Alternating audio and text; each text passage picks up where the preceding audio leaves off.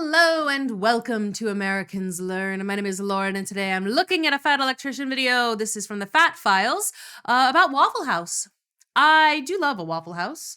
It's been a long time since I've been to one, but they've been there for me when I needed them. I also one time got the police called on me outside of a Waffle House. We were literally just standing there too. It was annoying. It was so dumb. We're just standing there, minding our own business, chatting away. They did tell us to leave. But we literally were just standing. This is ridiculous. We're not making a disruption. We're not being loud. We're just having a conversation. And then they called the police on us. And the policeman was like, yeah, this is ridiculous. I know, but just not here maybe. And we're like, okay, well, fine, whatever. It was so dumb. Anyway, that was Florida. That happened to me. Anyway, he's also probably going to mention, he's not going to mention that part of the story, but he will probably mention the Waffle House barometer of is this storm actually that bad? Because if the Waffle House closes down, that's when you know you need to leave, right? That's the joke / true. It's actually also true.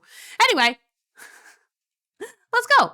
Okay, I'm just going to be honest with you. I actually debated on which channel I was going to upload this video on because on one hand, we're going over a business and the business model that it has. But on the other hand, this restaurant is basically the Roman Colosseum of the South. And I'm pretty sure if you eat there enough, you actually get a deployment patch from the U.S. military. Regardless, I wore my schnazziest tank top for the occasion. It looks good. Today we're talking about Waffle House. Okay, just to be completely clear with everybody, I was pretty sure I was not going to get caught off guard because Waffle House is already absolutely crazy. I started looking into it and then found out that Waffle House is somehow connected to the Manhattan Project from World War II. So they managed to actually surprise me, and we're going to get to it right after a word from our sponsor. Yeah, babe, what's up? Hey, I need a boombox. Okay, I can go get you one. Perfect. All right, I'll go get it now. Love you. Love you. All right, bye. 1 hour later. Where's that boombox that I asked for? Oh, it's right here. I got it for you. What is this? The boombox. No, I wanted something to play music with. Oh, that kind of boombox. Yeah, I got this instead. Okay, we'll go to the store and get me a boombox so I can listen to music. Can I keep this one still? I don't care. This video is brought to you by Delete Me. Okay, super simple business model. You give them money, they turn around and they make sure that online data brokers are not selling your personal information online. Okay, here's the deal. Pretty much anytime you use a free service on the internet and you click that little box that says, I agree to the Somebody in the last video said that Kit is actually down into Delete Me now. And he's gotten he had similar qualms as I did, but then now he's into it. So I don't know. Maybe I'll talk to Kit about it and see what he has to say. What makes it, this is not an ad for LaCroix.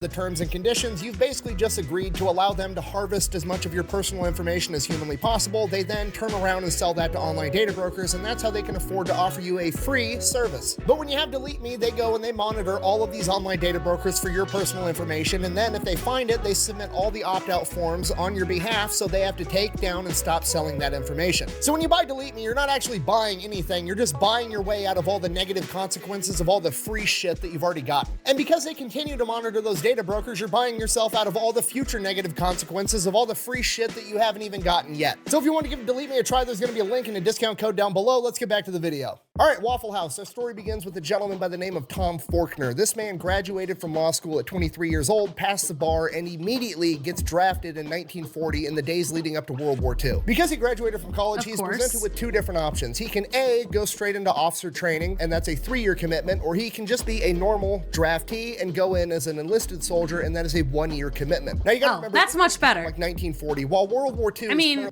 you get paid a lot less and it's probably more dangerous, but also 1 year as opposed to 3 years, especially if you weren't I want to be a soldier. Because a lot of the stories he tells are about these people who are desperate to be soldiers. This guy seems like he wants to be a lawyer. currently going on, America's not involved yet. The attack on Pearl Harbor has not happened. And prior to the attack on Pearl Harbor, the American people did not want to go to war. Because of that, Tom Faulkner figures, hey, we're not actually going off to war. I don't want to waste 3 years of my time just being in the military, not actually, you know, fighting a war or whatever. So he chooses to be a draftee. Goes into the military as an enlisted soldier, E1 private. From there, goes off to basic training. As soon as he gets through basic training, the attack on Pearl Harbor ends up happening. America enters the war. He immediately opts to go into OCS training and commits for 3 years. After he completes that makes sense. That actually makes perfect sense. It's like, well, yeah, if you don't think you're going to war, it's like, ugh, gotta do this for a year because whatever, drafted, have to. Ugh, sorry, eyes. And then it's like, oh, actually, you know what? Yeah, actually, if we're actually gonna be at war, I'm going to be an officer. I'm gonna retract that. Hello. Yes, it makes sense. I would do it too if I was a man in the 40s. Officer training course, he actually gets slotted to be a counterintelligence officer where he does, and I quote, a lot of top secret stuff. You see, my identity must remain mysterious and my mission secret. I cannot reveal it to you. You can actually tell in the interviews that he gave later on in his life, like in his 70s, 80s, oh, and 90s, hey. that he's still not sure what he is and what he isn't allowed to talk about, but he did end up telling us. My grandfather had things like that because he did some stuff, and that's all we really know is that he did some stuff for the government. He's not allowed to talk. He was like, he didn't talk about politics at all, this man, because he didn't know what he was or wasn't allowed to say in general. So he's like, I'm just gonna not talk even about anything political, which, you know what, more power to him, especially considering that side of the family. But like until he died, like there were things that he didn't know what he was allowed to say and what he was not allowed to say. So he just was like, I did a lot of stuff.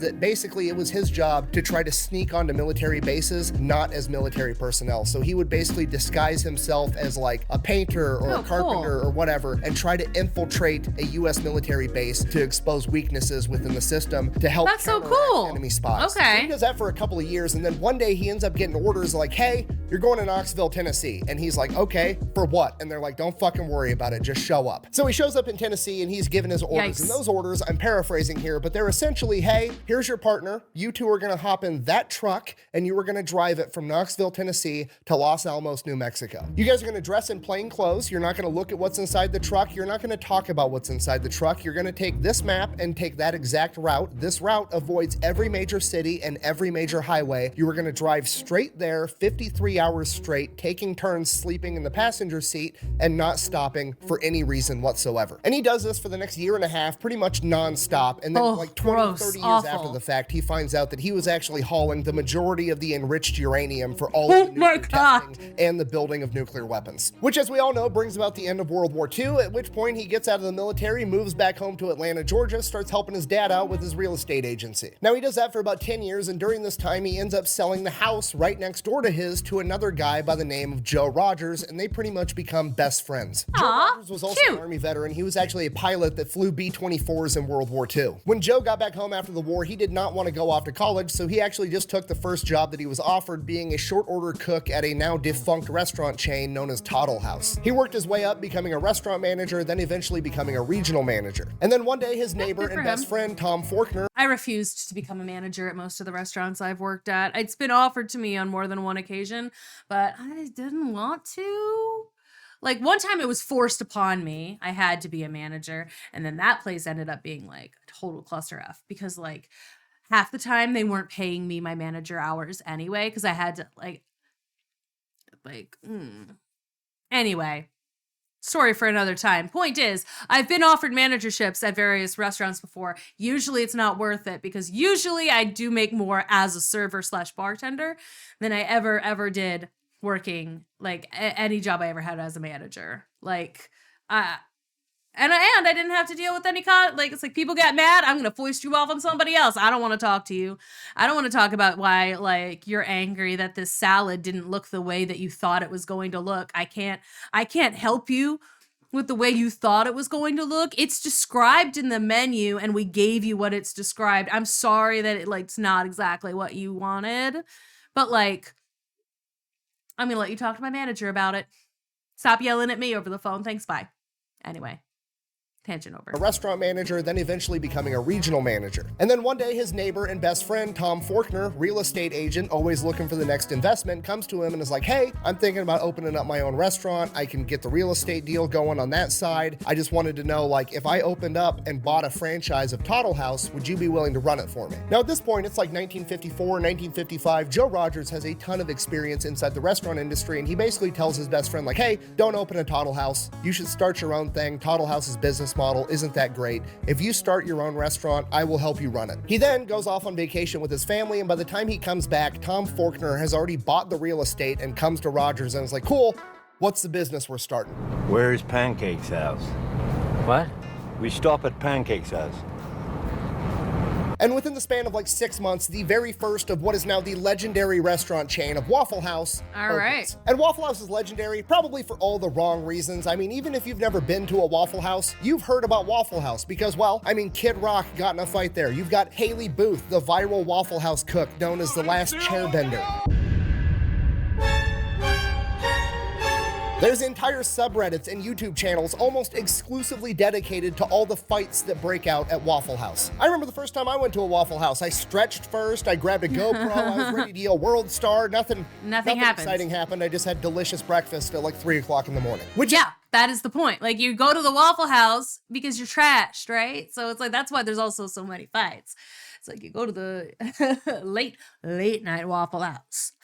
Oh my God. Okay, so again, I'm sorry, I'm still a little sick. So I'm trying to like not be, but it's still right there. Apologies. is probably 99% of people's experiences because despite all of the negative PR, Waffle House makes a ton of money and has an incredible business model. Okay, Waffle House had about $1.4 billion in revenue last year, which is about $650,000 per location. And when you take into consideration that each Waffle House is absolutely tiny, that's really impressive. And like all their food is like $12 max. Like, it's one of the beautiful things about Waffle House. At least it's, you know, it's been 10 years probably since I've been to a Waffle House, but that is my recollection. Out of their 2,100 tiny Waffle House locations, their yearly stats are 58 million cups of coffee, 124 million waffles, 153 million servings of hash browns, 272 million eggs, which is about 2% of all the eggs consumed in the United States. Wow! And 85 million strips of bacon. Yes, I did the math. That is about 8,000 miles worth of bacon. That's What crazy. you just heard was, give me a lot of bacon and eggs. What I said was, give me all the bacon and eggs you have. So Waffle House is obviously doing something right. What exactly are they doing? Well, it all comes down to their business model and their branding. Now, with the Waffle House branding, all the negative PR about fights always breaking out at Waffle House, in a way, has actually helped them out a ton because Waffle House, by and large, is pretty much a regional chain. It's primarily down in the South. Yet, Waffle House has become a household name pretty much everywhere in America. You could have never even seen a Waffle House, and you already know Waffle House is open 365 days a year, 24 hours a day, and they serve breakfast. Why do you know they serve breakfast? Because their name is fucking Waffle House. I mean, look at this sign. You're driving down the road, you see that, you know everything you need to know. They sell breakfast. The end. Do that with another breakfast place. If you're not from there and you don't know what a Denny's or a Perkins or an IHOP is, you have no idea. It's just a restaurant. Maybe. I mean, IHOP says pancakes on it. Yeah, like it's got International House of Pancakes. If you read the sign. Waffle House, they're selling waffles, which means there's like a 99% chance they sell other breakfast food. Fucking sold, I'm in. So already, the branding is absolutely incredible, but here's the true genius of it. Why did they call it Waffle House? Why didn't they call it Breakfast House or Bacon House or Hash Brown House? It's because waffles had the highest profit margin. I cannot stress to you enough how absolutely genius that is, right? Because you don't need to sell breakfast, all right? Everybody's already in on breakfast, okay? I could be blackout drunk at 4 in the morning, and you could ask me, hey, do you want breakfast? I'm coming up like the Undertaker every single time. And then you go, the only thing open right now is Waffle House, okay? I was already sold on breakfast from the get-go, but because Waffle House is where we're going, guess what I'm getting? A motherfucking waffle, and they're making more money. It makes sense that Tom Forkner was a counterintelligence officer because the man literally said 2 words and has already subconsciously tricked you into ordering the most expensive thing on the menu that makes him the most money. So the branding of Waffle House is both simple. I just like, if I go to places like that, I almost always have to get a waffle because I can't eat eggs. like straight up eggs. French toast has too much eggs soaked in it. You know, pancakes are usually also a little too eggy. Waffles have like a little bit less, and it's like it has like a little bit less of a problem. So breakfast for me, not friends. I usually go with like bagels and stuff because I can eat bagels, but like waffles, man. That's like the only breakfasty food that I can eat. And granted, like I said, honestly, I don't even remember the last time I had a waffle. It's been a long time. But still, point is, I think I can still eat waffles. I hope I can still eat waffles. And brilliant, and the rest of the business model matches that to a T. Okay, all Waffle Houses are like virtually identical. They're very small. They only seat like 30 people, and you can actually see the cook making you your food. Now, at a glance, you're just like, oh, they're just going for that like 1950s drive-through type of a vibe, which they are, but there's way more to it than that. Because the restaurant is so small, the kitchen never has the opportunity to get bogged down, meaning that they're moving tables very, very quickly. So instead of having one kitchen and 100 customers, you've got one kitchen and 30 customers, and you can just turn those tables over 3 times faster, which pretty much guarantees that every customer is going to get exactly what they wanted. Okay? You hope so anyway, because look, say I've worked at an IHOP, not at a Waffle House, but I've worked at like one of these breakfast places that like the point was to turn tables over quickly. You get campers, dude. People just sit there, and like lots of other places I've worked have them as well. But it's like it was worse at IHOP because IHOPs are bigger than Waffle Houses,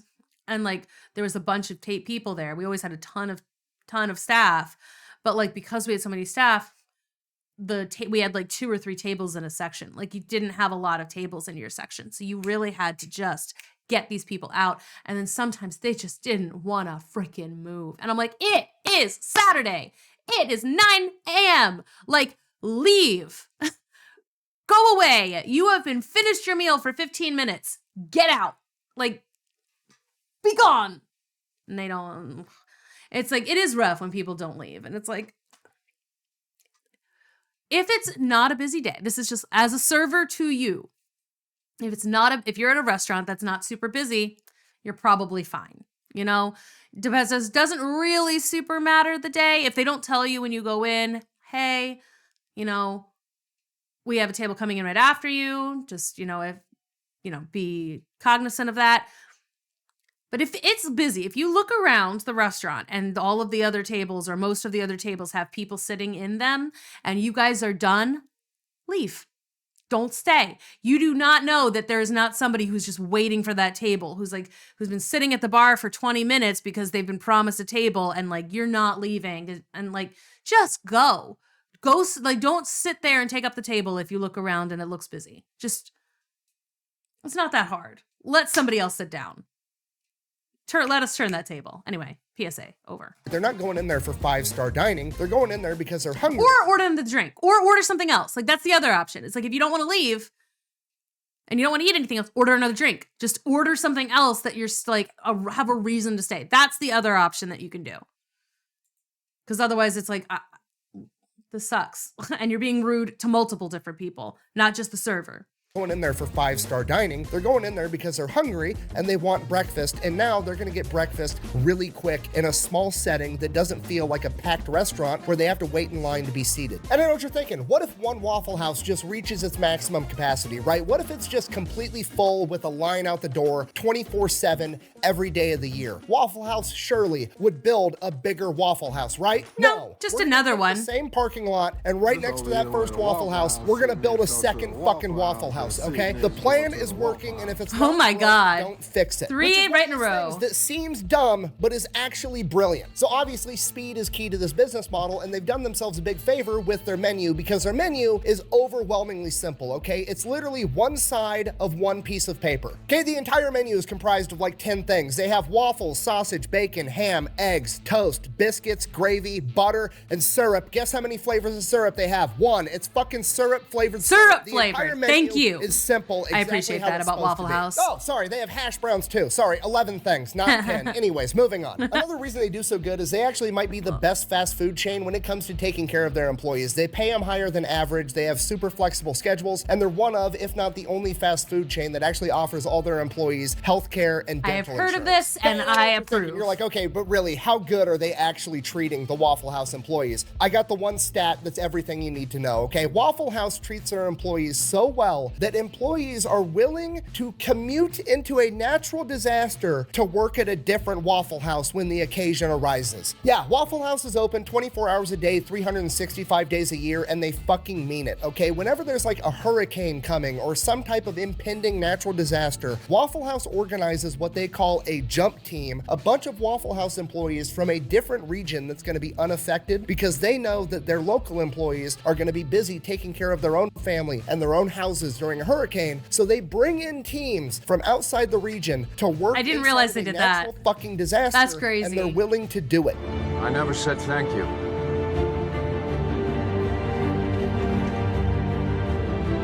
And you'll never have to. Okay, McDonald's can barely get their employees to show up on a good day, and Waffle House has employees volunteering to commute into a fucking hurricane to make breakfast. And this is the most impressive part of the business because Waffle House has the best logistics and preparedness of any company I've ever seen ever. The only entity that beats them in logistical capacity is the United States military. Waffle House is literally ready for absolutely anything. Every single Waffle House has the playbook inside of it that details exactly how the staff is supposed to handle literally any type of emergency or situation that could possibly arise. And if for some reason the situation comes across that isn't in that playbook, after it happens, they immediately add it to the playbook. It covers tornadoes, hurricanes, floods, a hole in the roof from a branch falling, a car driving into the restaurant. You can drive a car into Waffle House and they're still planning on staying open. The playbook even has detailed plans for every type of disaster for what the local employees, while they're not working, should go home and do to make sure that their house and their family are safe as well. That's Every awesome. single Waffle House has a backup generator. The stovetop, it runs on propane, and they have a bunch of extra propane tanks on hand. Flashlights, candles, batteries, backup water. They have a special menu of what they're able to serve when the water is out and they're running on reserve water. When a Waffle House location is going to be in a disaster area, that Waffle House stocks up on extra food, and then all of the neighboring locations in the unaffected area also stock up and stage food there to get them more food when they need it. If That's Waffle awesome. House is a standing structure, those motherfuckers are serving breakfast come hell or high water. I'm not leaving. I'm not leaving. I'm not fucking leaving! Waffle House is so good at this that FEMA uses them Yes. to gauge how bad natural disaster. This is what I was talking about earlier. Yes, it is. Ha ha. Ha ha. That is what I say earlier. I knew this. I did know this part. Really are. Yes, FEMA, the Federal Emergency Management Agency, literally uses the Waffle House Index to gauge how bad a disaster is. Okay, green, Waffle House is running as normal. Yellow, Waffle House is using the backup generator or having to use an altered menu. Red, Waffle House is closed. People are probably already fucking dead by that point. Waffle House is literally the Terminator of the fast food industry, okay? The fact that the federal government, probably the most powerful entity on the planet, maybe ever, looks at a chain of restaurants and is like, man, if Waffle House is closed, we need to Then it's really, mobilize really the fucked. National Guard is fucking crazy. Now, Which is- maybe you guys yeah, are but it's thinking the same awesome. thing I was at this point in my research, and I'm like, man, I need to invest in this company. I need to see if I can open up my own Waffle House franchise. This company's awesome. And this is where the bad news comes in. I mean, technically you can franchise a Waffle House, but most of us probably can't. The company is privately owned. It's not on the stock market. It's still owned by Bummer. the families of the original two founders. And while they do allow franchises, they are super picky about who they let buy in to have a franchise, and they make it very, very expensive to buy in to make sure this is actually what you want. And while that is unfortunate, I think it's actually kind of awesome. It's a company that actually has Yeah. morals and cares about their image more than I like they care it. about next quarter's profit. So So I'm liking some of these videos that he's been putting out recently about like some of these like huge companies that don't fully suck, you know, Costco and Arizona Green Tea and Waffle House. It's like, thank goodness there's still a couple of people out there that are not the frickin' worst. Okay, it's a company that has committed themselves to making breakfast under any circumstances, and they're gonna see that through till the very end, even though they could probably make way more money by just selling franchises and letting whoever the fuck throw up a Waffle House. And now for the fairy tale ending, Joe and Tom worked together as best friends for 62 years to build Waffle House into what it is today. They both passed away at the ages of 97 and 98, and now Waffle House and their legacy lives on as that company is still being operated by their kids, and that is the American dream. Get together with one of your best friends, pick a goal, even if it's something as simple as serving breakfast to people, and never let anything get in between you and achieving your goal, even hurricanes and floods and natural disasters, apparently. Work with your best buddy for 62 years straight, and then die together and hand it off to your kids. In conclusion, Waffle House is the most American company ever, and that's why I love it. Thank you for watching. Best way to support the channel is go buy some merch over at thefatelectrician.com. Quack bang out. So cute. Just two homies that dedicated their life to serving my drunk ass breakfast at 3 a.m. I'm gonna get teary-eyed next time I go to a Waffle House. I got a little misty when he started talking about the end there. I got a little misty. I get misty a lot on whenever he talks. His videos mist me up a little bit. So cute, adorable. I love. Anyway, thank you so much for watching. I do hope you enjoyed that. I certainly did, and I kind of wish that there was Waffle House closer to where I live, because it's been a long time since I've been to one. And again, like I said, the last time I was there, we got like the police called on us randomly. Okay. Anyway.